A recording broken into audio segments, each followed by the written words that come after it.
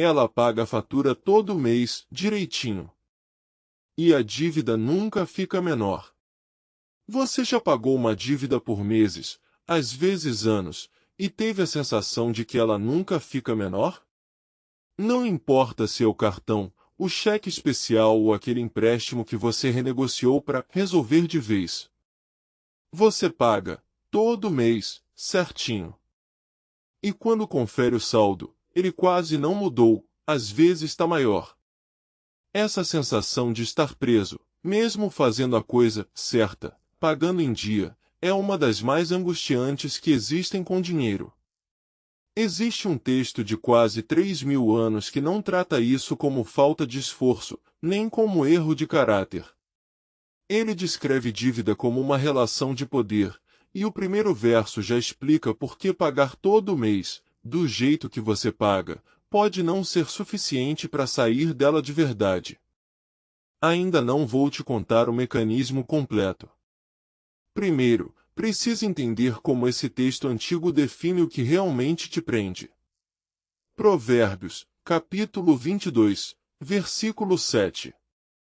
O rico domina sobre os pobres, e o que toma emprestado é servo do que empresta. Repara na palavra que o texto usa, servo. Não é quem deve pagar mais caro, é quem deve serve a quem emprestou. Não existia cartão de crédito há 3.000 anos, é claro. Mas a lógica que o texto descreve, quem deve ficar na mão de quem emprestou, até pagar tudo, é a mesma lógica que qualquer um reconhece hoje, só que sem contrato assinado dizendo isso com todas as letras. Só que isso ainda não explica por que a dívida não anda, mesmo com o pagamento em dia. Falta ver esse mecanismo funcionando de verdade, numa vida real. E para ver isso funcionando, não precisa ir muito longe, é provavelmente a mesma coisa que já aconteceu, ou está acontecendo, na sua própria fatura. Você já deve conhecer alguém assim, ou já foi você. A pessoa paga a fatura do cartão todo mês, dentro do prazo, sem atrasar nada. E, mesmo assim, quando confere o extrato do mês seguinte, a dívida continua quase do mesmo tamanho. Não faltou esforço. Não faltou pagamento. E o valor não anda. Já aconteceu de você pagar uma conta certinho, todo santo mês, e sentir que aquele valor nunca diminui de verdade? Pensa na Camila. Ela tem R$ 3.200 de dívida no rotativo do cartão. Todo mês ela separa R$ 320, 10% do valor total, achando que, nesse ritmo, em 10 meses está quitado. Ela até fica aliviada quando vê o pagamento sair da conta. Só que, no extrato seguinte, o saldo não caiu para R$ 2.880, como ela esperava. Caiu para R$ 3.050. Os juros comeram quase o pagamento inteiro que ela fez. Camila não fez nada errado. Ela pagou. Fez exatamente o que parecia certo. O problema não é o esforço dela, é que esse tipo de dívida não tem um fim embutido, a não ser que ela mude a forma de pagar. Guarda esse raciocínio, porque é exatamente o problema que a lei antiga resolveu, de um jeito que quase ninguém aprendeu na escola. E explica por que a dívida da Camila não vai zerar sozinha. Êxodo, capítulo 21, versículo 2. Se comprares um servo hebreu, 6 anos servirá, mas ao 7º sairá forro, de graça. No antigo Israel, dívida podia virar servidão de verdade, não é força de expressão, era status legal. Só que a lei não deixava isso em aberto. 6 anos era o teto. No 7º, a pessoa saía livre, de graça, sem pagar nada a mais por isso. E não parava por aí.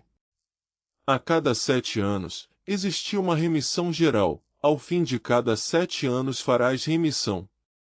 Deuteronômio 15, versículo 1, na prática, todo credor perdoava a dívida que tinha emprestado ao seu vizinho, nesse ano, não para alguns, para todo mundo. Repara no que isso significa. A lei tratava a dívida sem prazo de saída como grave demais para deixar em aberto. Por isso ela impôs um limite. Pensa numa esteira de academia. Se ela tem um botão de parar, você pode correr o quanto for, sabe que, em algum momento, ela desliga sozinha. Agora pensa numa esteira sem botão nenhum. Ela só para se você tropeçar. É basicamente a diferença entre a lei antiga e o rotativo do cartão hoje. A lei tinha o botão de desligar embutido. O produto financeiro moderno, não. Mas a lei também mirava o jeito mais comum de cair numa dívida que nem é sua. Provérbios, capítulo 22, versículos 26 e 27.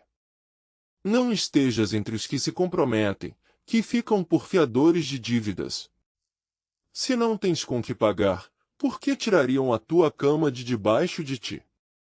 Ser fiador, assinar embaixo pela dívida de outra pessoa, é a rota mais comum de entrar numa dívida que você nunca pediu.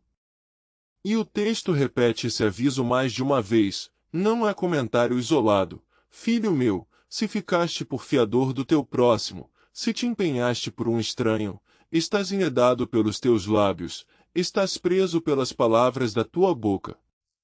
Provérbios 6, versículos 1 a 2. Até a saída recomendada é urgente. Livra-te como a gazela da mão do caçador, e como a ave da mão do passarinheiro. Provérbios 6, versículo 5. Corre antes que a dívida do outro vire dívida sua de verdade. E o livro de Neemias mostra o que acontece quando esse tipo de crise sai do controle numa escala inteira. Neemias era um líder do povo, encarregado de reconstruir os muros de Jerusalém, e foi bem nessa época que a crise de dívida veio à tona. Famílias penhorando campo e casa, filhos entregues como servos, e o motivo não era descuido, era a fome e imposto do rei. Temos tomado dinheiro emprestado até para o tributo do rei sobre os nossos campos e as nossas vinhas. Neemias 5, versículo 4. Mesmo assim, tinha gente cobrando juros de quem já não tinha nada, e Neemias confronta isso direto. Estais tomando juros, cada um de seu irmão. Neemias 5, versículo 7. Repara, a crise nasceu de causa externa, fome, tributo, não de gente gastando mal. O texto nunca trata a dívida como falha de caráter. Trata como mecanismo. E mecanismo, quando fica sem limite, prende qualquer um, não importa o quanto essa pessoa se esforça para pagar.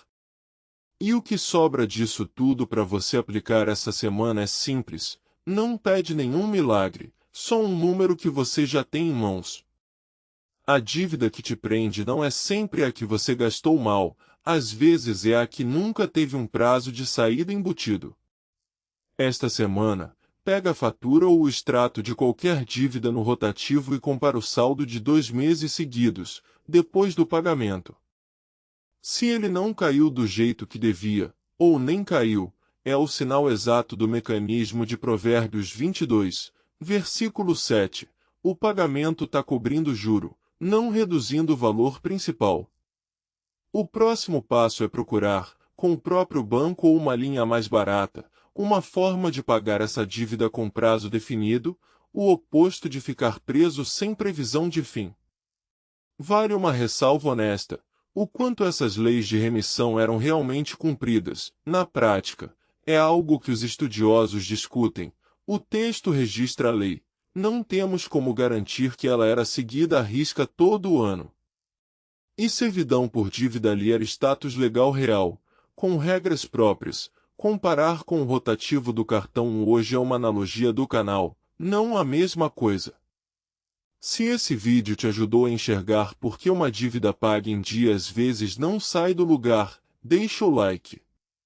Comenta aqui embaixo a palavra prazo se você vai conferir sua fatura essa semana.